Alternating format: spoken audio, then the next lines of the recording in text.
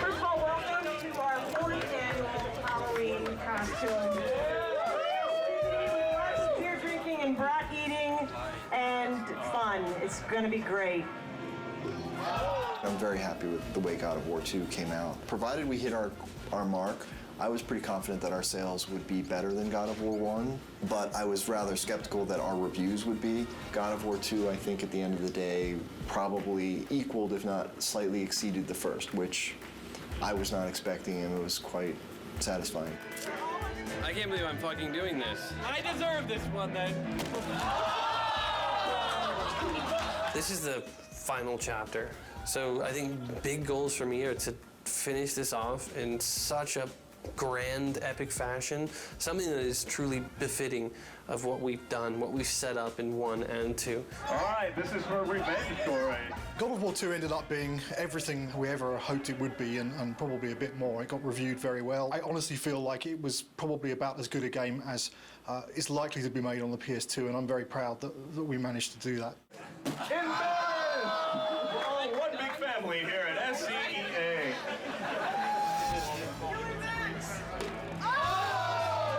Once you start something, you gotta finish it. So that's the way I look at things. God of War 3 is gonna be the conclusion to the story. My hope is to make the best effects I can on the last one. When I think of God of War, I think of the best action platformer out there right now. I think other games and other companies look at us and go, how are they doing it? How can we make it like them? And that's rad, because I've totally been at the company where we looked at that game and went, man, how do we do that, you know? My main hope is that it escapes the destiny of sequels as well as God of War 2 has escaped the destiny of sequels. I'm going to be satisfied if we tie it all up and we can kind of close the book. We're past the stage of figuring out what we want to do. We're now in the early phases of sorting out the how we're going to do it.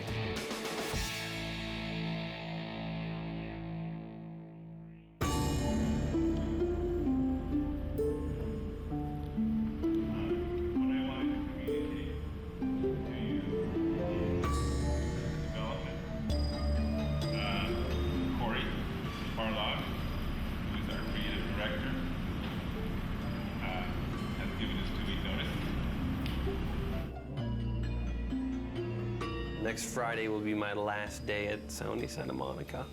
The bomb was dropped. It was somber and everyone was quiet and no one said anything, and perhaps there was a tad bit of shock. And it's killed me because I really didn't want to say something, but it's just nothing you can say is going to come across as anything but you're an asshole. When I heard that Corey was going to leave was kind of annoyance more than anything. It's, you know, it takes a long time to make a successful team as much as a successful product. It's always a pain when a key person in that team decides to move on. First emotion we felt was just shock. Didn't see it coming, didn't expect it. It's like dropping a bomb. Well, it was disbelief, obviously. I thought he would be the last one to leave. Incredibly bummed out, like very, very disappointed. You know, you're never really prepared for something like that, you know. They don't warn you very well either. They just kind of spring it on you. It was kind of a bit of a shock. I never expected that Corey would leave the project, so. But once the initial shock died down, I couldn't help but being a little bit happy for him, so because he was getting to try new things. It kind of puts us in a little bit of turmoil for now, but I think we'll work it out. I'm glad he has the balls to stick to whatever it is that he wants, but I'm also a little pissed that he's leaving us in the lurch, just kind of like holding the bag. I mean, I know I want to be here. If he needs to be someplace else, that's what he's got to do. And I think it's better that it happened at this stage in the project than a year from now, obviously. It obviously is a very difficult choice and a difficult time and not a very happy choice to be making. But, you know, on the horizon, the doors are opening. Of course, it's hard to imagine someone stepping into Corey's shoes. He's amazing. Many people wondered whether we could do God of War 2 without David Jaffe, who did God of War 1, and I think we succeeded at that. I think we can succeed at creating a third version without Cory Barlog. I think it's kind of neat, actually. A different director for each chapter.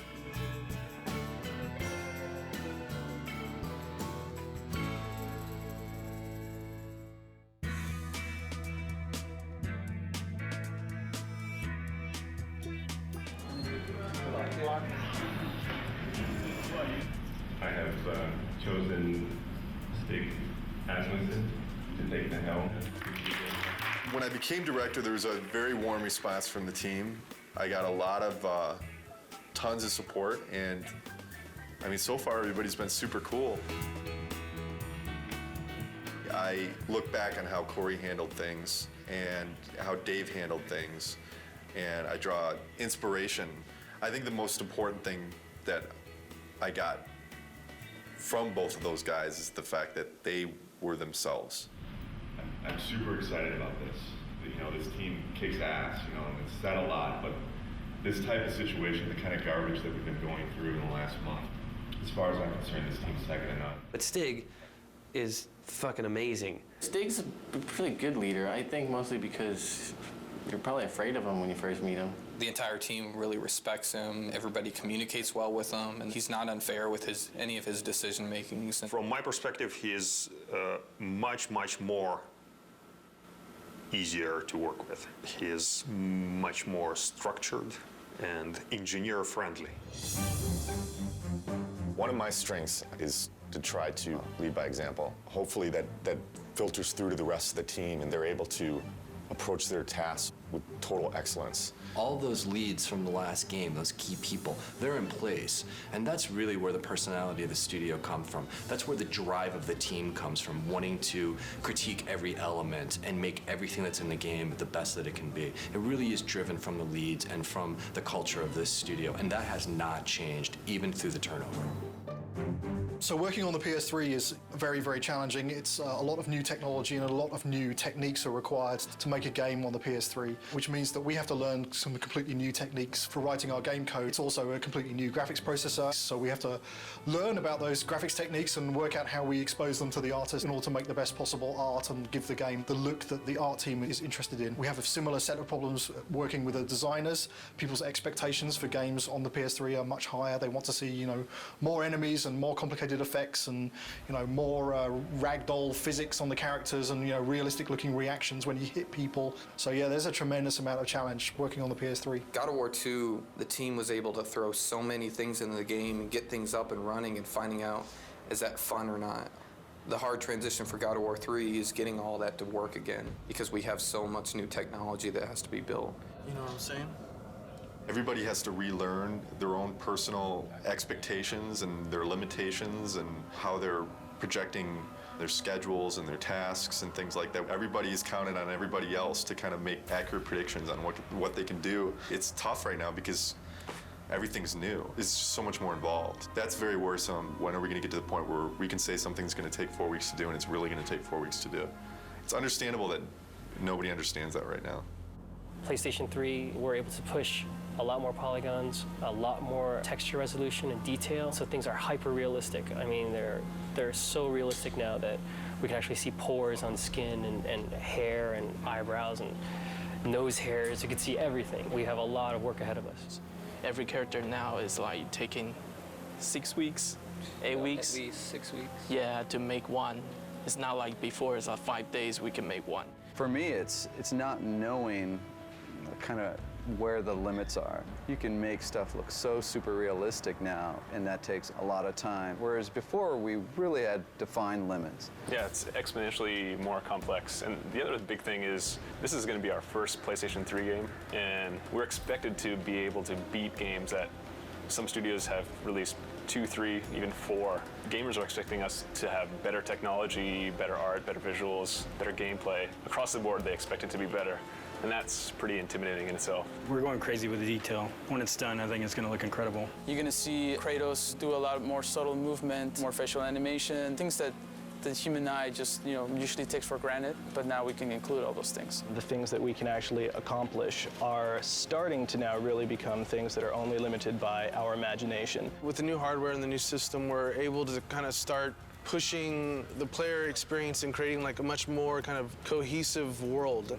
And like, the Titan before used to be in a cinematic and now you're actually like running on the damn thing. So it's like, whoa, we're getting there. Titans, we've never done anything like that. They're pretty crazy. It's insane.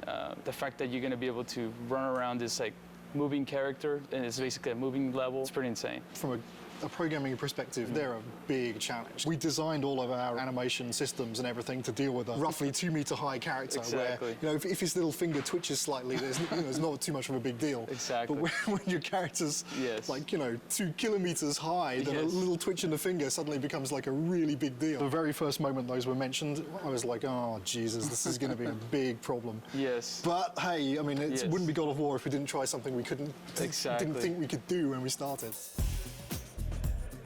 Because I'm very proud of this game and you guys, I've invited a storyteller friend of mine to come in our walkabout. So Stan Lee is going to join us today and check out your work. This is such a cool time to be just walking around the studio and looking at things as they're coming online. Every month, we do a walkabout, and it's largely for the team to kind of, review each other's work and, and really compliment each other. It's a big studio now, there's like 80 people here, and really it's impossible to keep on top of everything that any given part of the group has been working on. It's an opportunity for everyone to see what cool stuff has been going on in the studio. It's a good way of making everyone realize that they're part of a big machine at this point. Plus, everything looks better after you had a couple beers. So it helps to make your stuff look better. Everyone's out to get Kratos. These are all, it's Olympus, the gods, and they're all bad.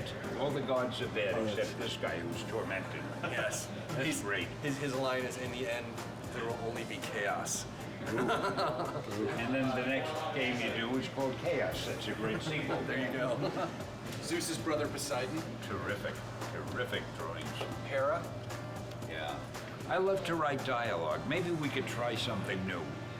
A video game with lots of dialogue. I'm sure it would sell like a bomb. And I love the way this hand is there. Oh, gosh. Oh, yeah, and then when he moves the hand, we'll like make that to kind of get destroyed a little bit and get all kinds of dust flying off of it. This is one of the best things I've ever seen. Cool. That is beautiful.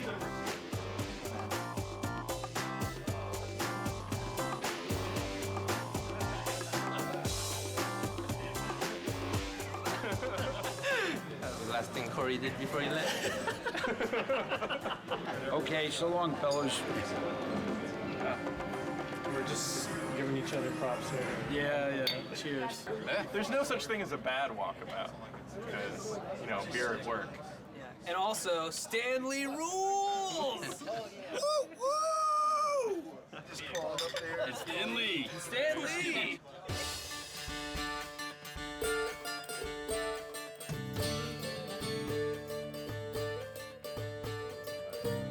I'm fine with it as long as we make it seem like it's in-game as much as possible. I'm still learning every single day, and I imagine that process won't ever end.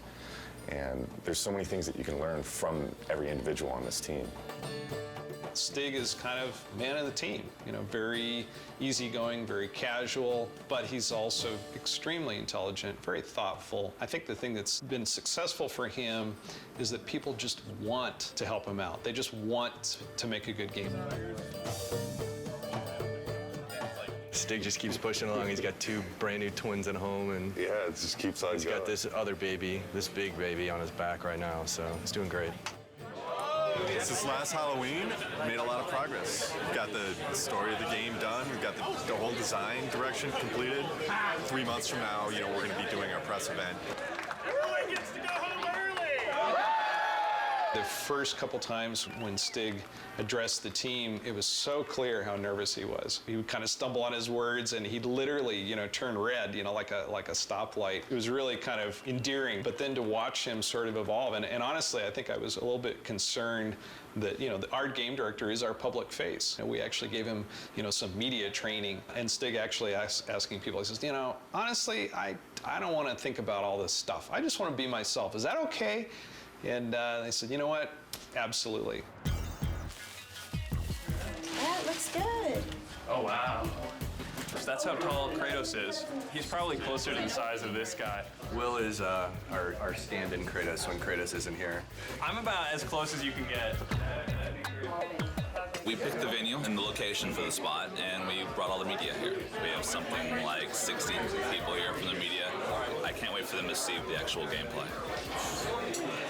These guys are going to be thrilled. Love Kratos. Kratos is hot. Be nice to see if he ends up a god or destroying Olympus. I do love the violence as well. You know, the women are very beautiful in the game as well. I can't wait to see what new characters they've brought to us, what new enemies, and I'm really excited. I also want the sizzle, you know? Maybe we can just focus it in a little bit more. We can play with that a little bit. Yeah. The development team has worked so hard on this project, so it's really fun to see when all their hard work comes to fruition. I'm going to get through the first couple slides up here, and then I'm going to start to walk around. Nobody has seen the gameplay outside of our studio, so this is going to be the first time. I want to get this over with. I'm nervous, but I'm also excited about this. I think we've got something really cool to show. I'm looking forward to seeing people's reactions. Can we play it? This is our first big kind of press thing. There's definitely some nerves with that. Anxious. I'm definitely anxious. The best thing that could happen today is people think it's awesome. You know, it totally kicks ass. The worst thing that could happen today is that people just flat out think it sucks. I don't think that's going to happen, but you never know with these media people.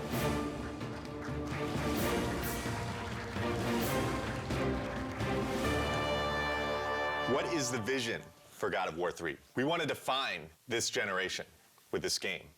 We're going to take a close look at him. I'll talk about some of the features that we're using on him. Here he is. We've got blended normal maps on him right now, so you can see the realistic muscle flexing. I would imagine that we've got one of the most advanced systems for that in the industry right now. The battle's in full swing. The god Helios is in battle with a massive Titan. And Kratos is going to launch into battle and start doing some damage on the grunts here. Now, Todd can easily just grab one of the grunts by pressing circle, and if he continues pressing circle, he can beat the crap out of him. But if he presses triangle, then he can rip him apart. If he presses X, then he can throw him. And one more move, square uses it as a battering ram, and then he can take it, mash circle, smash his head against the wall. And all these moves are interchangeable. Meet our latest AI, the Chimera. Part snake, part goat, part lion. Todd has just unleashed the cestus on him, and you can see it's a brawling weapon. Now, the way the Chimera works is it's a three-stage enemy. First, you fight the snake stage, and then it changes its stance, and you fight the lion stage.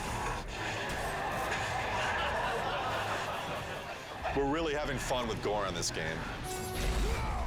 Entering the Cyclops. Every action that the Cyclops makes is a direct reaction from the pain that Kratos is inflicting on him.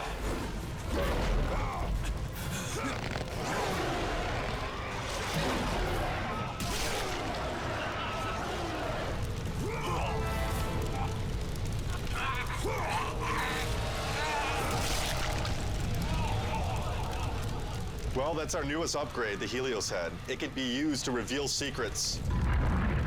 Todd has now found the door of Eos. Another thing the Helios head can be used as is a lantern in darkened areas.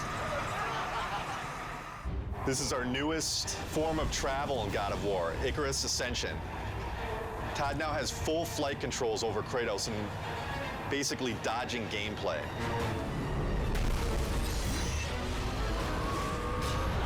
That's it. Oh my God, it's fantastic. It was great. It was phenomenal. I mean, like, I thought that I had a concept of what it would be like, but this pretty much blew everything completely out of the water. We're putting a lot into this game. I said I think this game needs to be a defining game for this generation, and I truly believe it will be. I can't comment on what the future holds for the series because, you know, I'm focused on God of War 3 right now, but this is God of War is, this is it. This is the end of the story. We got a lot of work to do, so there's no time for relaxing, that's for sure. E3 is obviously a big thing. We got to get this playable to the public, what we just showed on the demo here. We're in pretty good shape for that, but we got to get the game done. But we still got a lot of work left to do.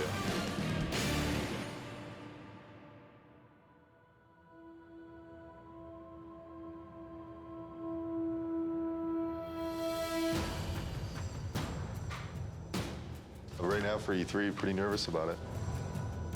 Nervous, I mean, think nervous isn't a bad thing. You know, you should be nervous. Your nerves should be on edge or else you're not going to get the thing done right. It's kind of ironic that most people would have been happy with the reaction for the press demo, and we were kind of like, we could have done better. We've undertaken to basically change the rendering path between February and E3 to make it look much prettier and much more next-gen. We have this amazing capacity to never know when to stop. Hopefully it'll all come together. I think it will. It's looking very nice. We definitely know how to pressure ourselves. This team sets the bar really high. We could settle for a lot less and probably be a lot closer to being done, but with this group, they're never satisfied. Yeah. We never do things the easy way. Personally, I'm worried, but then I think it's good that I'm worried because that forces me to actually get this shit done. Good. There's definitely pressure, self-created pressure, and then pressure from other departments just to get everything done. We're all just trying to do our best. I think the most pressure we get is from ourselves. Every team is always looking at the other team's work and commenting and critiquing. So we're really pushing each other the most, I think. It's a lot of back and forth.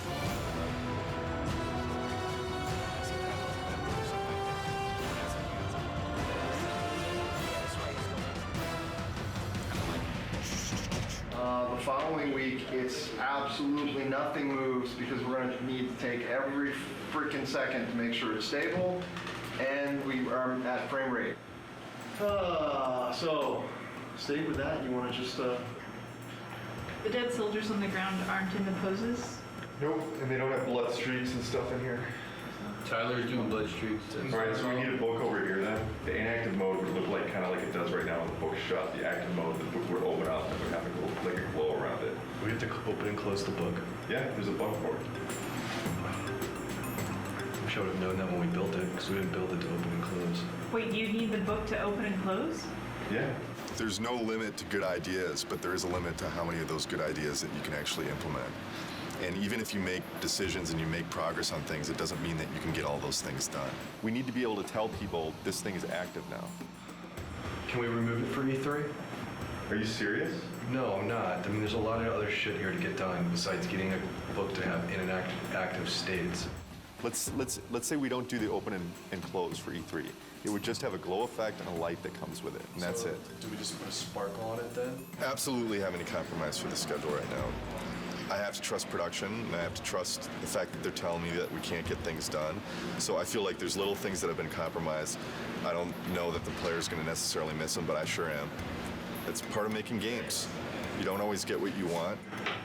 This seems like harder than the last time I played it. We'd have to keep in mind that somebody from the street is going to be playing with those harpies. And I don't know, the way it looks right now, on 3 tries, people will throw down the controller. The stuff we just went through, pretty rough. It's a little frustrating from the respect that it's been kind of at this state for a long time now. Kind of wondering when it's going to get fixed. The struggle or the challenge. If it doesn't get fixed this week, we're screwed. This is sprint week, meaning we're making a big push this week to get a lot of work done and make some headway going into E3. As far as crunch goes, we're not going to call it crunch anymore. We're going to call it a sprint, and then everything will be fine. So as long as we do that. Change the name, it'll all be fine. Tonight's the first night of crunch. Yeah. Yeah, so... We don't like the euphemism sprint. Fuck. I hate crunch. It sucks.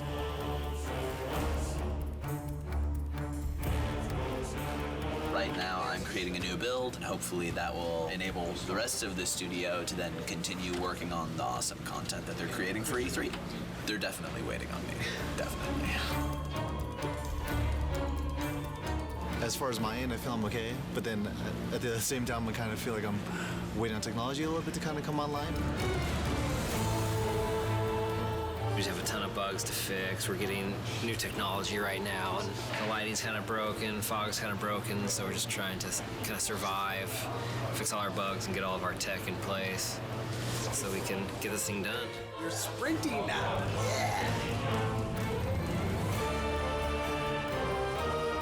Tonight's the first time the team has worked together as one, and there's a certain kind of level of excitement that goes into it and dread because we're still working, but it's a fun group to be with, and we're trying to get stuff done. You know, we can only do so much, right? And we'll just try to do as much as possible, as quickly as possible, and that's it. Hopefully we end up with something pretty cool, though. This is the biggest E3 we'll ever have. Everybody wants to still see if Santa Monica still has it.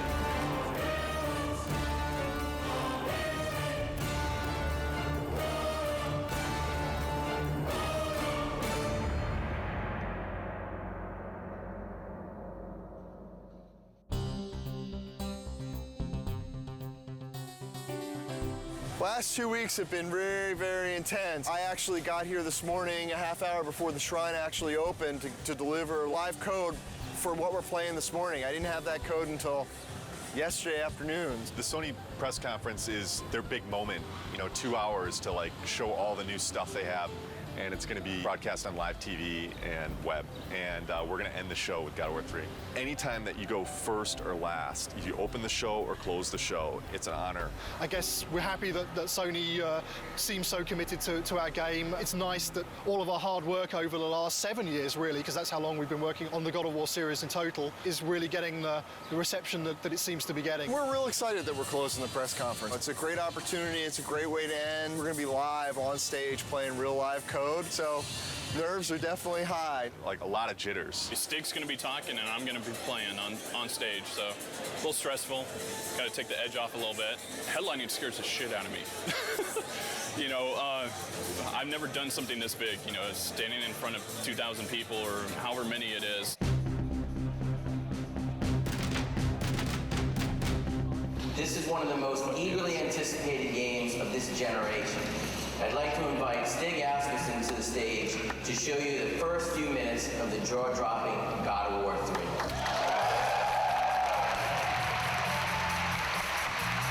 We at Sony Santa Monica Studios are excited to be able to present this live demo of God of War 3.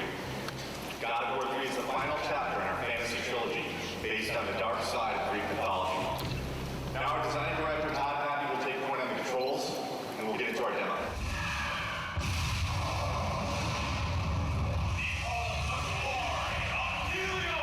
I'm really anxious. I'm really excited. This is a really important moment for the team. It's important for the game. I hope that we make the impression that we always strive for.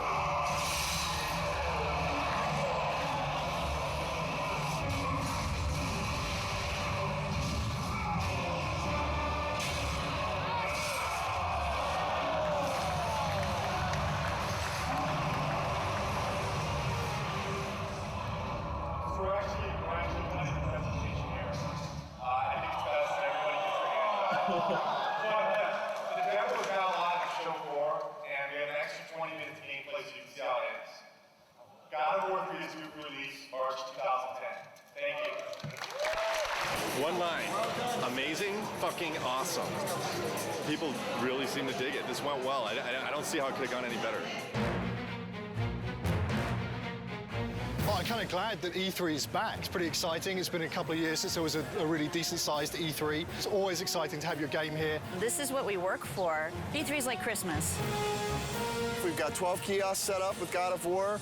We had a great time last night setting it up. It was actually, we got there, the Sony booth was relatively quiet. All the games were up and running, but there weren't a lot of people playing anything. We started loading in the God of War and people started lining up behind me to play it. I had somebody tell me today, one of the producers of another product told me when we got in there and loaded our code, all work stopped at the Sony booth so they could come play our product. Hugely flattering, big kudos to the team. Got chills just having that whole experience. It was awesome. It was excellent. It was, disgusting and exciting all at the same time. I waited an hour to play that game. When you finally get to decapitate Halo's head, that was like amazing. Didn't expect to see that.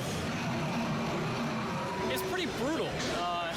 I mean, way more brutal than like the first two. Every new game, they bump it up a little bit, so it's definitely good stuff. I waited in line 2 hours to play.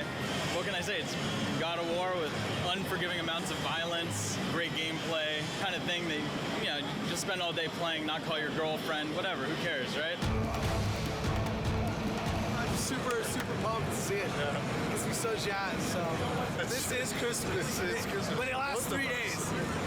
We can't believe it's back, It's like awesome. Really good. I'm so fucking happy that E3's back. I mean, it means so much for the industry. Seeing people's faces when they play, we just ship it out to the store, so the team really doesn't see, people's reactions and just even the oohs and the ahs at the press event. It makes it all worth it. Just seeing the people's faces. I mean, that's why I make the thing. I want to take people to that next level. I think this is what excites the team the most when they get to see people's reactions. We work our asses off before this to just get the demo to be as polished as possible, and product when we're not done with the game yet. So by the end of this, we're so drained, we put so much energy into it, that all this energy coming from the outside just builds us back up and gives us that ability to finish the game.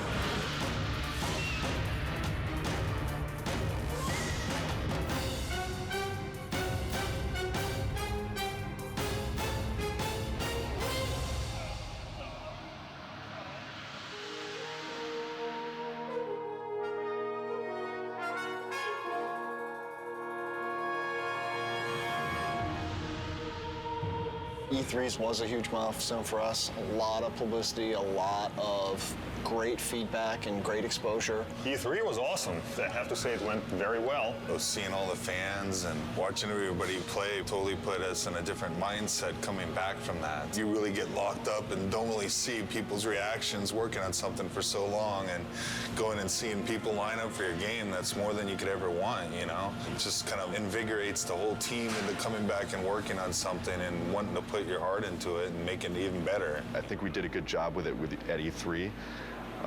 And that shouldn't be our high point. That should be like our midpoint.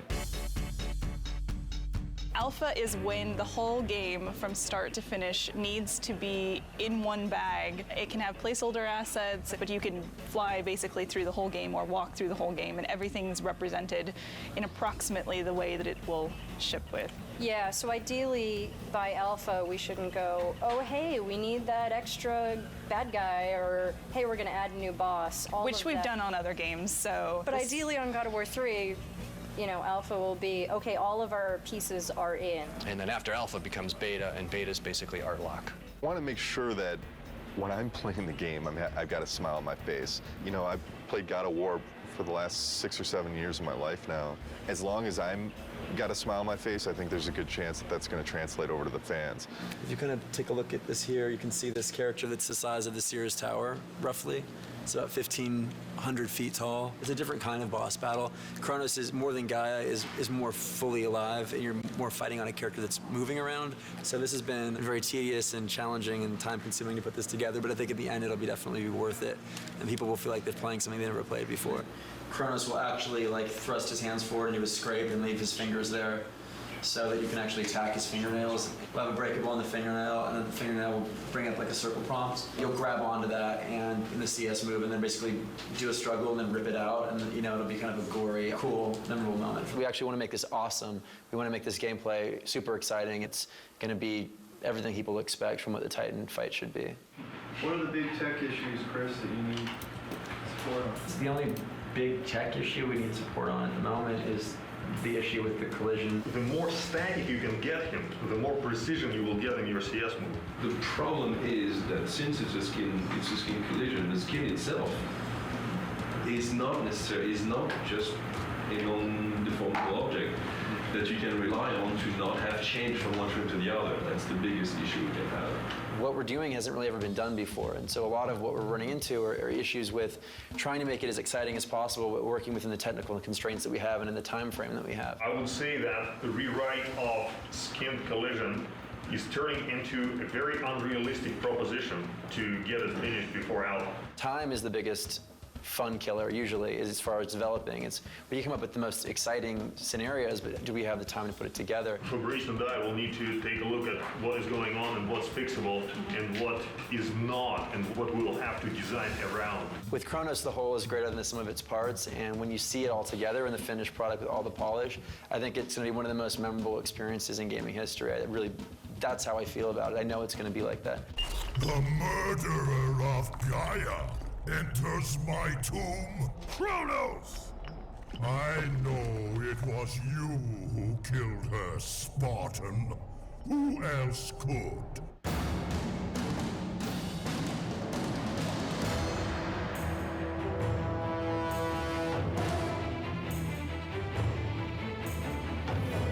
About a month back, maybe 6 weeks back after Alpha, we were looking at the end of the game and we felt like there was a lot of fighting and it didn't really tie into the story. We had a couple brainstorming meetings and we came up with this idea that it would be really cool to go inside Kratos' head. Because that's where the struggle is really taking place. The story's really never done until the game ships. And we're always tweaking it and modifying it. But I really like working on the story. Kratos is going to have this emotional struggle inside of his head. And really the object of this game is he has to realize that he has hope inside of him, the power of hope. And that's what he originally got when he opened up Pandora's box. He didn't get the evil things, he got the good things. And I think it's going to be really, really fitting end to the trilogy. Keep in mind, we're very close to beta here, and this is the big stretch. And we really, really, really got to be zipping things up. Let's do it. That's all I got. That's all I got.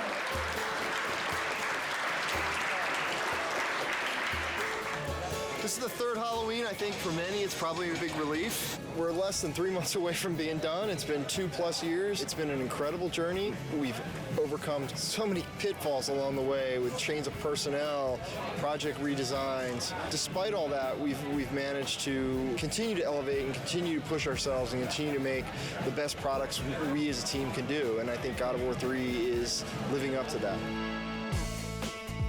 To complete the third one is pretty amazing. We always tried to hit the highest mark we possibly could, and I think we've done it once again with this one.